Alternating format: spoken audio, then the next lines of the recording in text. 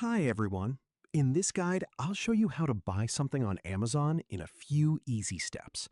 Whether you're buying something for the first time or just need a quick reminder, simply follow along and you'll learn how to search for an item, add it to your cart, and place your order.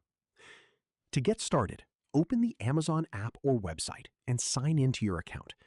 Next, use the search bar to find the item you want to buy, then click or tap on the product to view its details, price, images, and available options. Choose the correct size, color, quantity, or other options if needed. Then select Add to Cart. After that, open your cart and review the items you want to purchase. When you are ready, click or tap Proceed to Checkout. Enter or choose your delivery address, select your preferred payment method, and review your order details. Finally, click or tap Place Your Order to complete your purchase, and Amazon will show a confirmation once your order has been successfully placed. And that's how easy it is to buy something on Amazon. I hope this guide helped you understand the process. Thanks for watching.